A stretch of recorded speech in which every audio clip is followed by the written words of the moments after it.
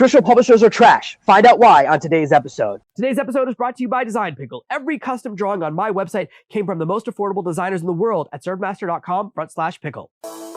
Are you tired of dealing with your boss? Do you feel underpaid and underappreciated? If you want to make it online, fire your boss and start living your retirement dreams now, then you've come to the right place. Welcome to Serve No Master Podcast, where you'll learn how to open new revenue streams and make money while you sleep. Presented live from a tropical island in the South Pacific by best-selling author Jonathan Green. Now, here's your host. Guys, today we have a very special episode today. We have guest host Paris, who started off as an intern and now runs the majority of Serve No Master and is taking a bigger and bigger role. It's first time stepping in front of the microphone, so please bear with us as we have a really exciting episode. We're going to talk about traditional publishing. We met, and Paris first discovered me because she's an independent publisher as well. She's written some very wonderful fantasy novels, and she's continuing to build her audience in that place while she helps me and helps you to find your success as a publisher and an independent publisher as well. So maybe, Paris, you can start off by telling us, why did you decide to self-publish? How did your journey begin? Hey guys, it's Paris here. I was really into traditional publishing in the beginning because I thought that was the only way to go. I thought, that's how you got your books published. You had to go get an agent, then they pitched to a publisher, and then you go through that whole process, and then you get your books out everywhere, and it's just like J.K. Rowling, and it's all magical and wonderful. And that was, and self-publishing was kind of the second choice, or something that only the people that couldn't get traditionally published went through. So that was kind of my whole idea, starting to write a book. And then as I did a lot more research, I really found that, it's not as cracked up to be. I really didn't like that the way that traditional publishers work nowadays. It worked many years ago, I think, but now they don't have as much pull in the book world. Now that Amazon is a huge publishing giant, you can have all the control that you want. How traditional publishers can change the name of your book. They can change how the story goes, what the cover's like. They take all of the control and the rights away from you. And I was really not into that. So as I did more research into self-publishing, I thought, oh, this isn't as illegitimate as I thought it was. And I think I can do this. And I have not regretted the decision. That's awesome to hear. I come from exactly the same kind of place. I started out and I tried to go with a traditional publisher. I tried to get an agent. I flew to New York to meet my agent. And the day I was supposed to meet them, they wouldn't take any of my calls. And finally, I got an email back from the assistant. He goes, oh, he decided not to meet with you. And I was in the middle of signing a publishing deal with my first book, which actually was Girl Gets Ring, which was not traditionally published and has since then done $2 million sales. And it's like, if they're going to miss the book on that, these guys are idiots. That's kind of what I realized. And I had a second experience a couple of years ago when my book was number 2 on Amazon. I was ahead for just a few hours of J.K. Rowling, ahead of every Harry Potter book. And my phone started ringing off the hook. Amazon called me and said, we noticed you're doing so well. We want to do some promos with you. And I got a call from a Big 5 publisher.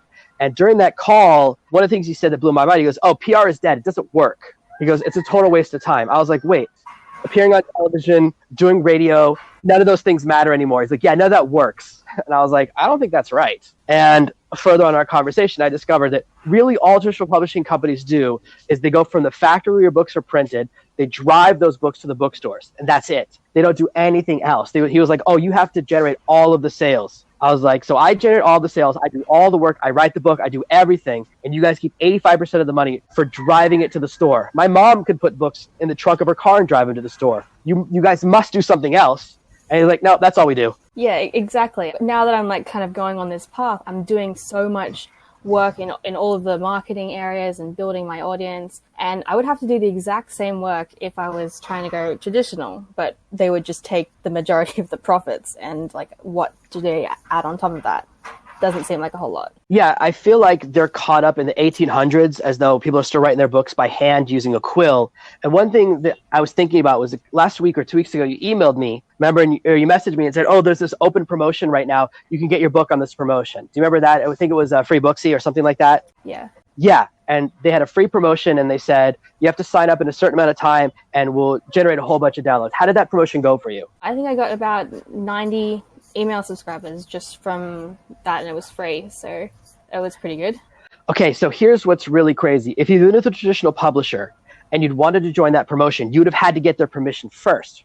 And do you think they would have responded in time? Exactly. So the biggest problem with traditional publishers is their lack of agility. They don't know how to adapt to the market. They're still living in the past.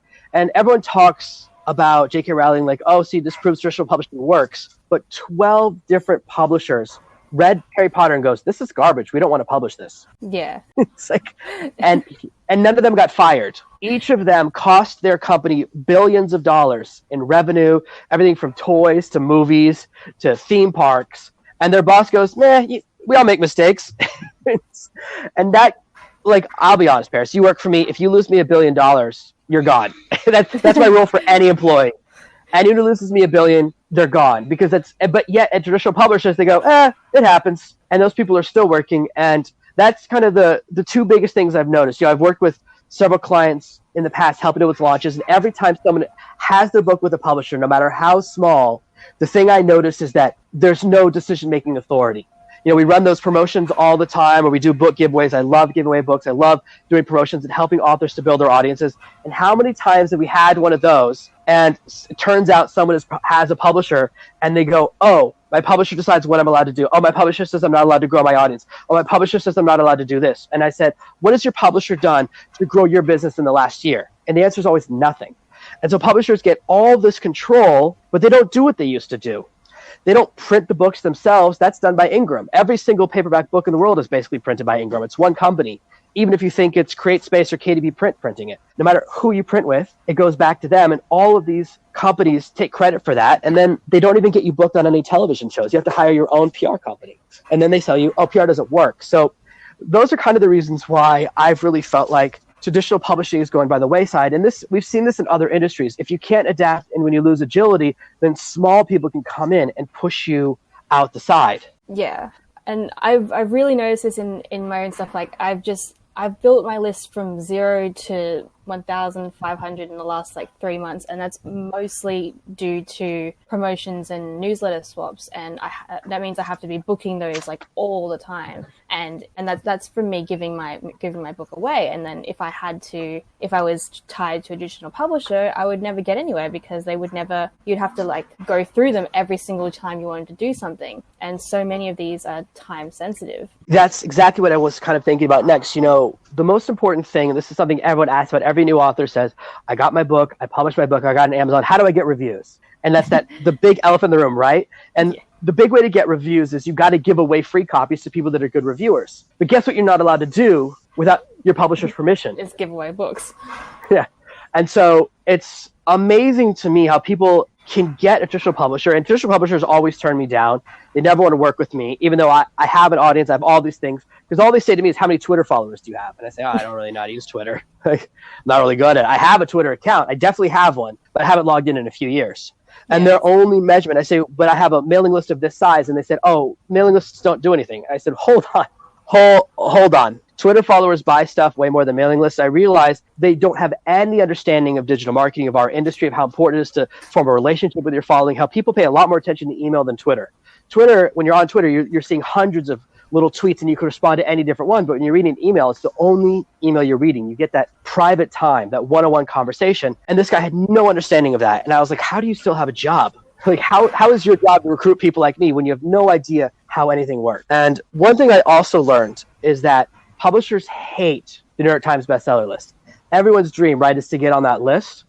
But the problem with that is that it's caused by a sales spike. So it's not how many books have you sold since your book launched. It's how many books have you sold this week at the 3,000 stores that the New York Times gets data from. And I don't know if you saw this in the news about a year and a half ago. Someone who was a children's book author put out a children's book, and they called all 3,000 stores. And they go, hey, do you guys report to the New York Times? They go, oh, yeah, we do. Okay, can I have 87 copies of this book? And they did it at all 3,000 stores. And none of the stores figured out what was going on because, hey, they're just happy to sell 87 copies, right?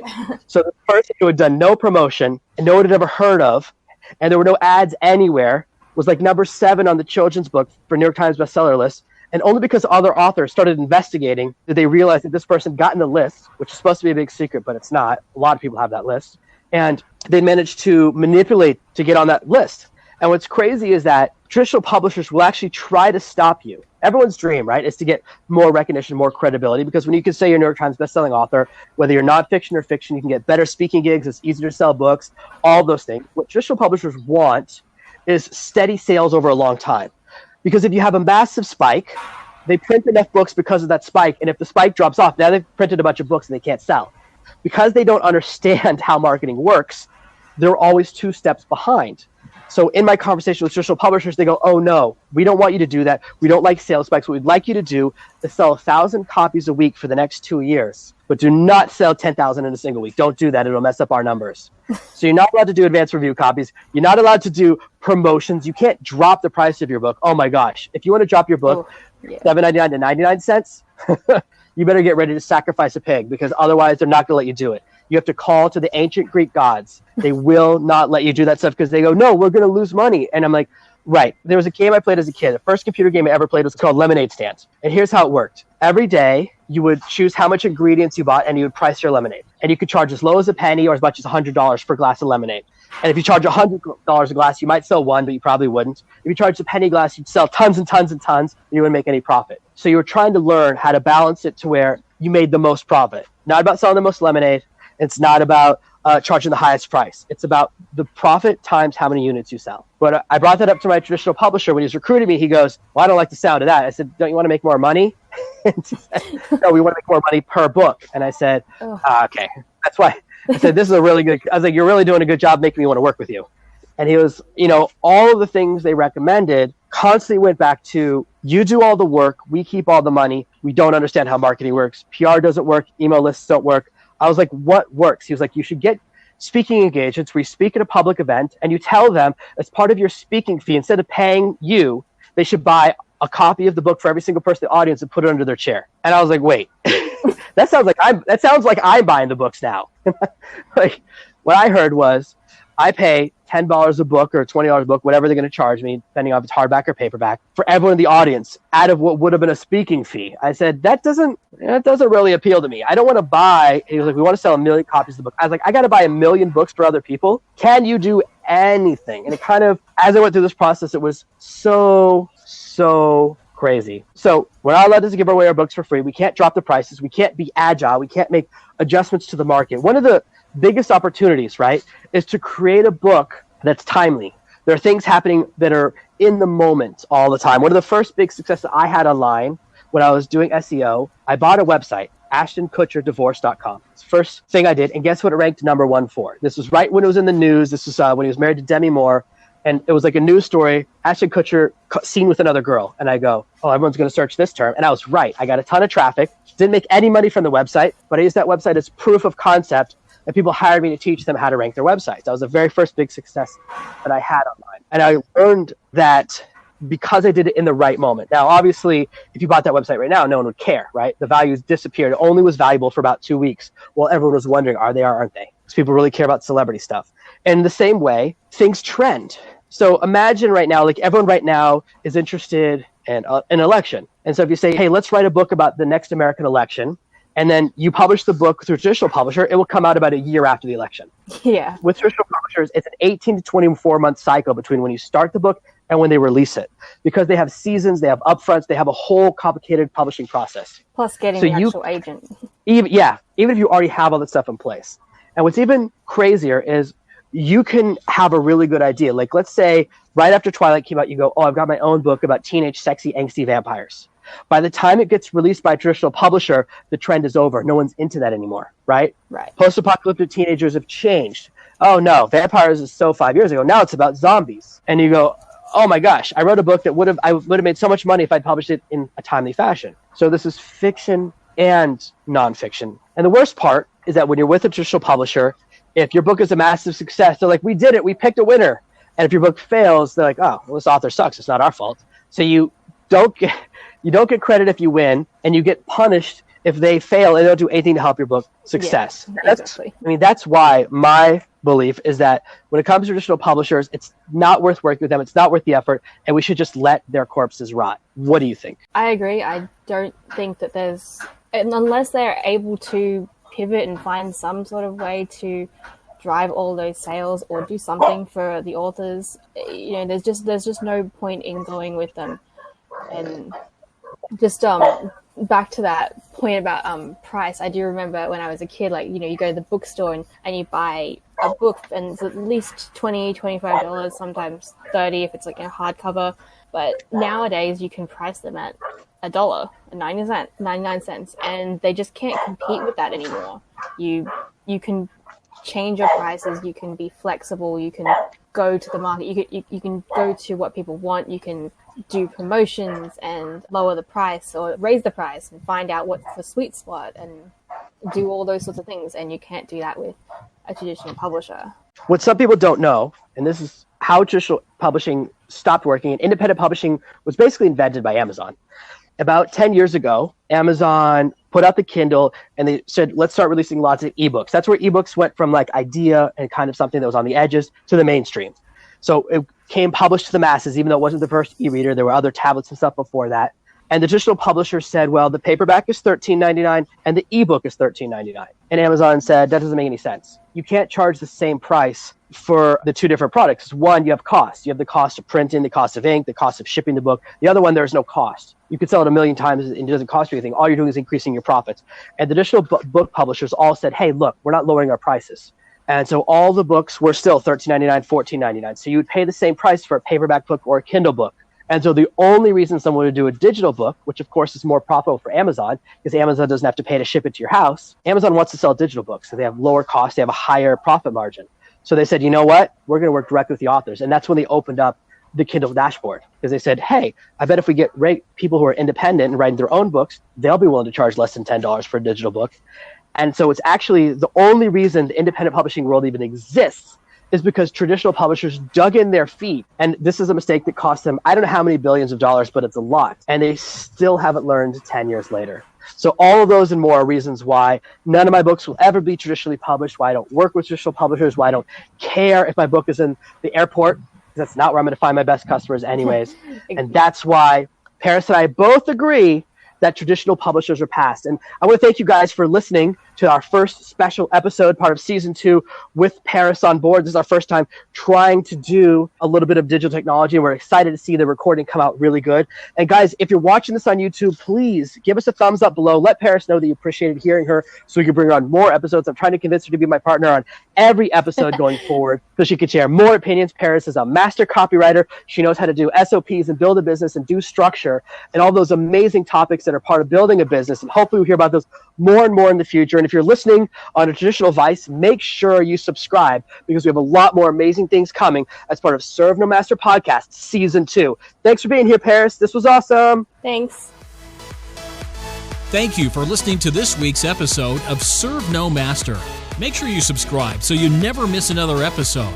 We'll be back next Tuesday with more tips and tactics on how to escape that rat race. Head over to servenomaster.com/podcasts now for your chance to win a free copy of Jonathan's bestseller, Serve No Master. All you have to do is leave a 5-star review of this podcast. See you Tuesday. A fire starts with a single spark, and an army starts with just one fanatic. Start your army with my free guide, How to Get Your First 100 Fans, at servenomaster.com/100.